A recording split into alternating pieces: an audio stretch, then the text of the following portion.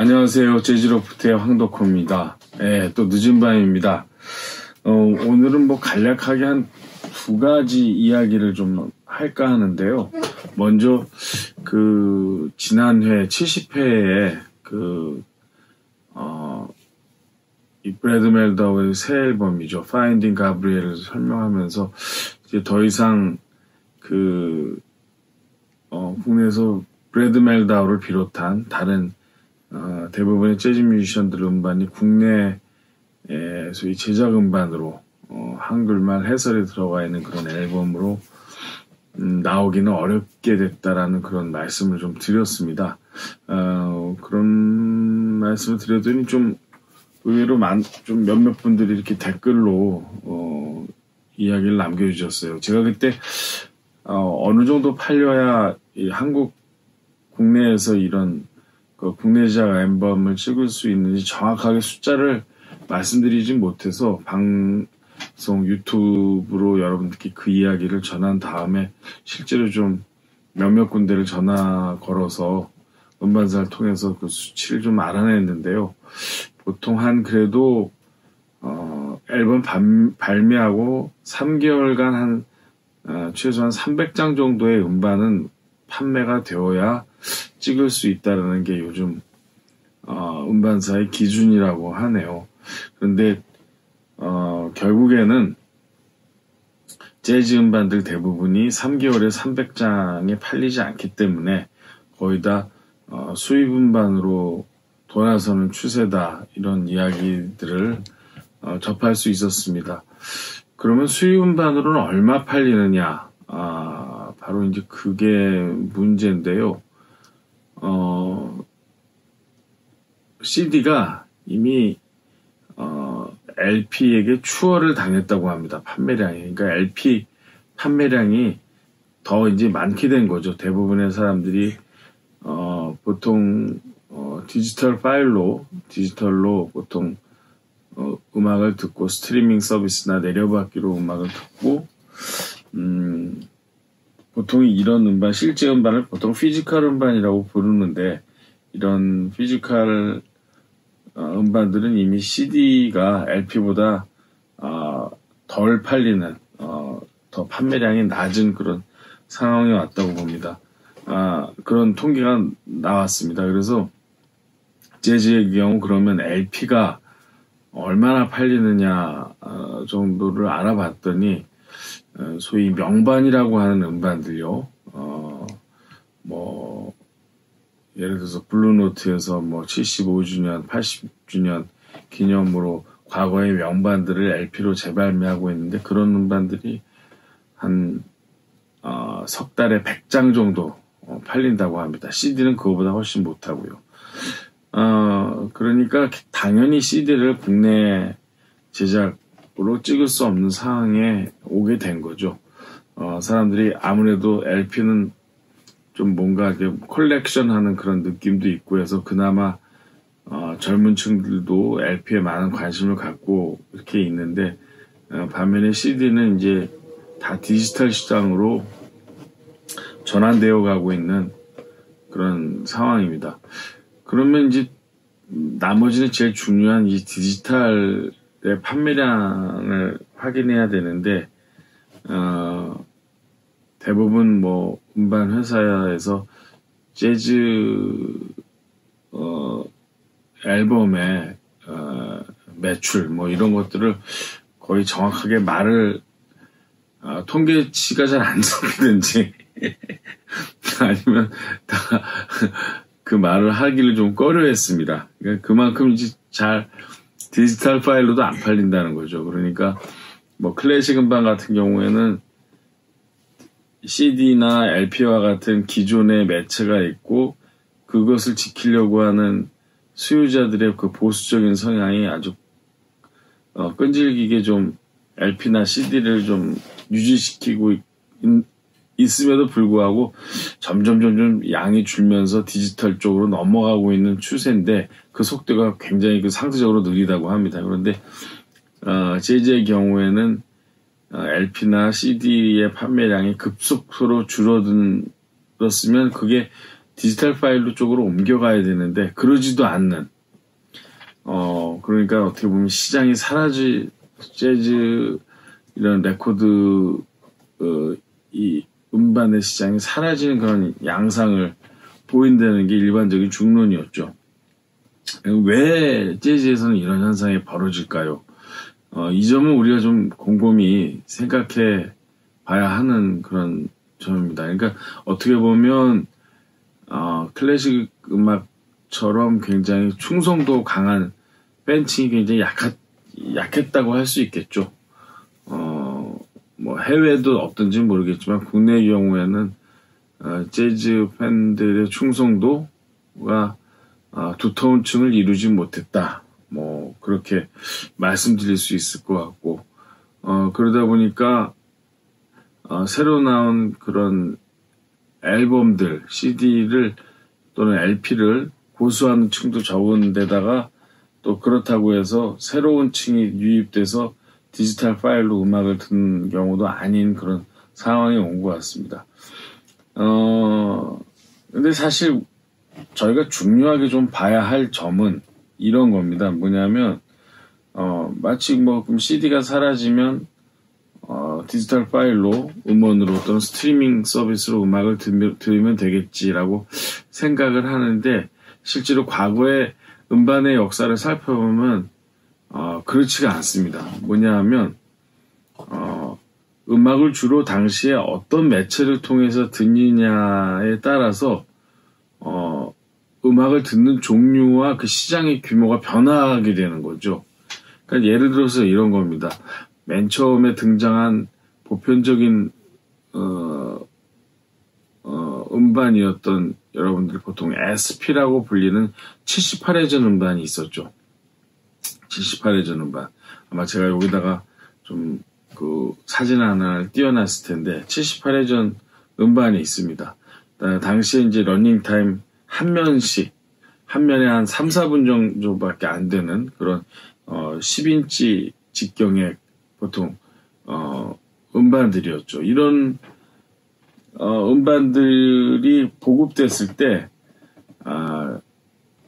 최초로 드디어 이제 대중음악의 시대가 온 게 됐습니다. 그러니까 곡당 한 3, 4분짜리 곡에 딱 맞는 그런 유형의 소위 음반 포맷 형태였죠. 당시에는 그 SP판의 그 그루브 자체가 굉장히 그 간격이 넓어서 촘촘하게 LP처럼 그 그루브를 만들 수가 없었죠. 그러다 보니까 1분에 78회전 확 돌고 나면 그냥 그 한 면이 한 3, 4분 내에 끝나버리는 그런 포맷이었기 때문에 당연히 대중음악, 팝송 같은 그런 파퓰러송에 가장 맞는 포맷이었고 당시에 음반 시대에 접어들었던 1900년대 전반기에 소위 그 이전의 19세기에 그렇게 사람들을 사로잡고 음악계를 지배했던 클래식 음반의 매출이 그렇게 높질 않았습니다. 그런데 결국 한 1940년대 후반쯤이 되어서 LP라는 매체가 나타나니까 한 면당 LP 한 장 크기도 12인치로 늘어나고 그러니까 대략 한 30cm 정도 되는 거죠. 여기에 아주 촘촘한 그루브가 박힐 수 있는 그런 마이크로 그루브 기술도 개발이 되고 또 녹음 기술이 무엇보다도 굉장히 발전했죠. 그러니까 굉장히 그 음악을 고퀄리티로 담을 수 있는 기술이 개발되고 러닝 타임이 굉장히 길어지면서 클래식 음반의 매출이 1950년대 특히 이제 스테레오가 보급되도 60년대 와서 아주 급속하게 늘어납니다. 50년대부터 늘어났죠. 단적인 예로 그 LP를 개발했던 CBS 레코드, 콜롬비아 레코드의 경우에 아주 미미했던 클래식 음반의 매출이 25%까지 도달하는 그러니까 전체 매출의 한 4분의 1을 차지하는 정도로 클래식이 급성장하는 양태를 보입니다. 그러니까 기술의 발전 때문에 사람들이 듣는 음악의 취향도 바뀐 거고 그걸 통해서 사실 락이라고 하는 음악도 과거에는 굉장히 단순한 그 3, 4분짜리 노래였던 게 불과했는데 이게 스테레오 기술도 발전하고 고퀄리티의 음악이 발전하면서 거기에 걸맞게 락 음악이 변했죠. 여러분들 아시다시피 1960년대 중반 이후부터 비틀즈, 롤링스톤즈를 시작으로 해서 수많은 그 소위 말해서 락 밴드들이 등장했고 특히 영국에서 그런 현상들이 벌어졌죠. 팝 음악 전반을 뒤바꾸는 혁명을 일으키게 되고 음악도 다분히 굉장히 예술지향적인 형태로 등장하는데 그것은 LP의 영향이었던 겁니다. LP가 있었기에 그러한 음악을 과감하게 시도하는 아티스트들, 밴드들이 등장했던 거죠. 사실 미약하나마 그래도 재즈라는 음악이 뭐 블루노트 레코드, 뭐 프레스티지 레코드, 리버사이드 레코드 또는 뭐 이후에 ECM 또 중요한 거는 바로 그 아주 마이너한 시장이라고 여겼던 이 음악에 대해서 콜롬비아 레코드와 같은 메이저 음반사들이 또는 애틀란틱 레코드와 같은 그런 큰 회사들이 과감하게 투자했던 거는 LP 시대 이후입니다. 러닝타임이 길어지니까 당연히 즉흥 연주를 연주자들이 3분 안에 멈추는 게 아니라 지속적으로 라이브 연주하듯이 할 수 있는 것을 담을 수 있게 되었고 그래서 뭐 여러분들 아시다시피 콜롬비아 레코드 같은 그 회사가 뭐 마일스 데이비스라든지 데이브 브루백, 듀크 해링턴 뭐 이런 셀러니어스 멍크 이런 1950년대 60년대 재즈에 과감하게 투자했던 이유는 그 이전에 바로 클래식을 통해서 굉장히 성공을 거뒀던 그나의 하나의 배경 때문에 재즈에도 과감하게 그런 투자하는 양상을 보입니다. 그러니까 SP 시대의 음반이의 역할이 음악의 대중화, 그 이전에는 라이브 아니면 음악을 들을 수 없었던 시대에서 음악이 하나의 상품화되면서 편의적으로 굉장히 그런 보급될 수 있었던 그런 시대를 알려줬다면 LP에 와서는 그런 녹음 매체를 통해서 훨씬 더 뭐라 그럴까 예술적으로 감상할 수 있는 매체로 이 녹음 기술과 음반의 기술이 그렇게 전달하면서 사람들이 듣는 음악 자체도 바뀌었던 겁니다. 그런데 이게 이제 무용의 디지털 시대로 돌아오니까 지금 제가 보기에는 한 현상은 마치 과거의 SP 시대로 돌아간 것 같아요. 그러니까 굉장히 편의성 있게 음악을 우리 손아귀에 들면 집어넣고 듣게 되다 보니 그 편의성의 어떤 그 정도가 사람들이 이제 더 이상 음악을 심각하게 감상하는 LP 시대 때 LP 하나를 사와서 거실에다가 좋은 오디오를 놓고서 그것을 이렇게 하나에 듣는 그 재미를 굉장히 뭐라 그럴까요? 그냥 특별한 경험으로 여겼던 시대가 이제 끝이 나고 음악이 굉장히 손안에서 아주 편하게 제공되는 하나의 오락거리가 된 거죠. 그러다 보니 또다시 이제 음악의 이런 기술적인 환경 통해서 매체 환경을 통해서 사람들이 듣는 음악의 성격도 바뀌는 또 시점에 맞다고 보여질 것 같습니다. 그러다 보니 당연히 재즈하고는 잘 안 맞죠. 재즈라는 음악은 음반을 통해서 여기 지금 참여한 연주자가 누구고 음악이 진행되면서 솔로가 어떻게 전개되고 하는 것 같은 것들을 좀 이렇게 집중해서 들어야 될 필요가 있는 음악인데 아무래도 그냥 배경음악으로 좀 틀어놓기 좋은 그런 상황이 되다 보니 손쉽게 음악을 들을 수 있는 상황이 되다 보니 뭔가 집중해서 듣는 음악의 어떤 시장 재즈뿐만 아니라 뭐 클래식 시장 같은 것들이 점점 시장 안에서 좀 뭔가 축소가 돼가는 그런 급격하게 축소돼가는 현상을 보이고 있다고 봅니다. 그래서 뭐 사실 지난 회에 제가 재즈 팬이라면 음반을 사는 게 좋겠다라는 이야기를 했는데 뭐 커다란 어떻게 보면 문화의 흐름, 문명의 흐름, 거창하게 말하면 문명의 흐름을 놓고 보면 사실 이제 음반이라는 건 점차 사라지는 운명에 놓였다는 것을 인정하지 않을 수 없을 것 같습니다. 단지 재즈 팬 여러분이라면 다시 한번 말씀드리는데 음반까지 고집할 필요는 없는데요. 음악을 하나 들을 때 다행히도 우리 손에는 모든 정보를 찾을 수 있는 소위 이 핸드폰이 있고 이런 모바일이 있기 때문에 모바일 핸드폰이 있기 때문에 음악을 들으면서 꼼꼼하게 바로 찾아보면 정보 검색해보면 이 음반 안에 우리가 숙지해야 될 여러 정보들을 다 확인할 수 있죠.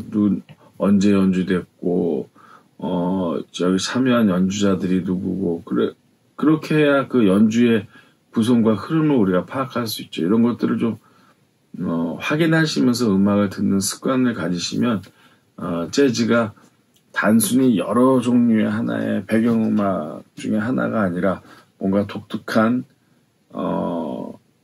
음악적인 양식을 갖고 있는 하나의 음악으로 훨씬 재미있는 음악으로 특별한 음악으로 아마 여러분들에게 들릴 수 있을 거라는 생각이 듭니다.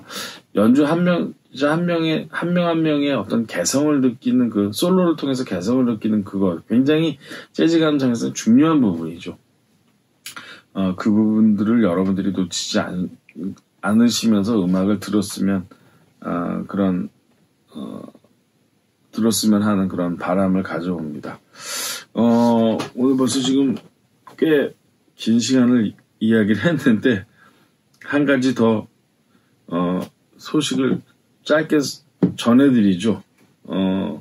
바로 지난 9월 17일이었는데요. 해럴드 멜번 아주 명피아니스트죠. 베테랑 피아니스트 해럴드 멜번이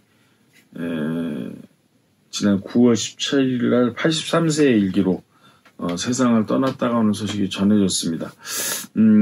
해럴드 멜번은 정말 테네시주 멤피스 출신의 명피아니스트였는데 아주 화려한 테크닉을 갖고 있었고 또 아주 풍성한 블루코드 사운드를 들려줬던 연주자죠. 블루노트 레코드를 좋아하시는 분들에게는 아마 행크 모블리, 리 모건의 음반을 통해서 해럴드 멜번의 연주를 들으실 수 있을 것 같고요. 여기 리 모건 앨범 몇 장을 가져왔습니다만 리 모건 만년에 이 리 모건 밴드의 피아니스트였죠. 해럴드 멜번의 이야기에 의하면 리 모건이 무대에서 총격으로 세상을 떠나는 그 현장에서도 피아노를 치고 있었던 게 해럴드 멜번 본인이었는데 어쨌거나 리 모건 밴드의 마지막 피아니스트였고요. 근자까지도 아주 왕성하게 활동했습니다. 고령임에도 불구하고 특히 마지막에 이 테너 색소폰 연주자 에릭 알렉산더 밴드의 정규 피아니스트로 있으면서 제가 좋아하는 판이 이 판입니다. The Real Thing, 에릭 알렉산더의 판, 이 판에서도 아주 훌륭한 연주를 들려줬던 해럴드 멜번이었습니다. 아주 정말 뭔가 하드밥 좋아하시는 분들에게는 좀 그분의 물론 고령으로 세상을 떠났습니다만 뭔가 아쉬운 그런 생각이 자꾸만 들게 되는 소식인데요. 글쎄요, 다음에 한번 기회를 마련해서 해럴드 멜번에 대한 이야기를 오늘은 시간이 쫓기는 관계로 좀 길게는 못 드리고요. 해럴드 멜번의 연주 음악에 대해서는 다음 기회에 한번 시간을 마련해서 또 말씀 드린 시간을 갖도록 하겠습니다. 오늘 재즈 로프트는 오늘 여기까지 마치겠습니다.